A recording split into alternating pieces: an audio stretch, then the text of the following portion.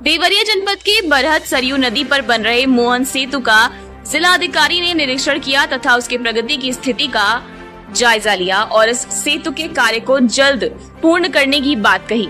यह पुल देवरिया से मऊ जनपद को जोड़ने का कार्य करेगा तथा देवरिया जनपद के कुछ ऐसे गांव जो सरयू नदी के उस पार हैं, उनके लिए यह पुल विशेष लाभकारी होगा।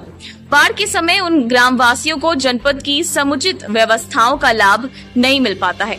मोहन सेतु का कार्य पूर्ण होकर प्रारंभ होने से उन ग्रामवासियों को जनपद की समुचित व्यवस्थाओं का लाभ मिल पाएगा तथा सरयू नदी पर हर वर्ष पीपा पुल का निर्माण होता था, जो बाढ़ आने से पूर्व तक लोगों के आवागमन को सुनिश्चित करता था।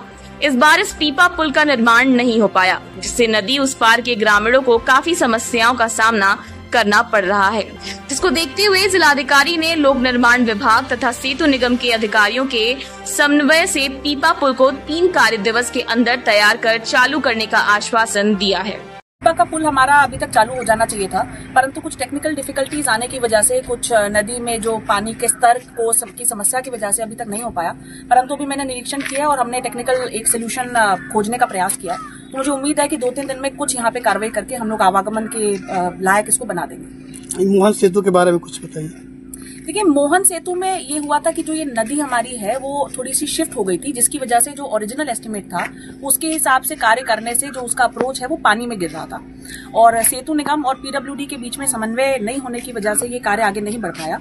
परंतु अब हमने उनका समन्वय करा के पहला स्टेप ये आया कि एक मॉडल स्टडी करानी पड़ेगी IIT से कि किस प्रकार से इसकी संरचना चेंज हो पुल की, जिससे ये ठीक से बन सके। तो उसका पैसा पारित कराकर वो मॉडल स्टडी का कार्य अब हो चुका है।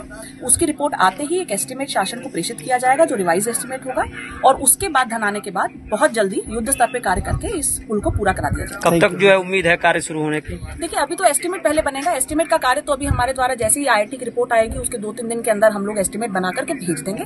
उसके बाद पैसे आने पर है, पैसे आने के बाद हम लोग बहुत जल्दी कुछ ही महीनों में इसको खत्म कर देंगे।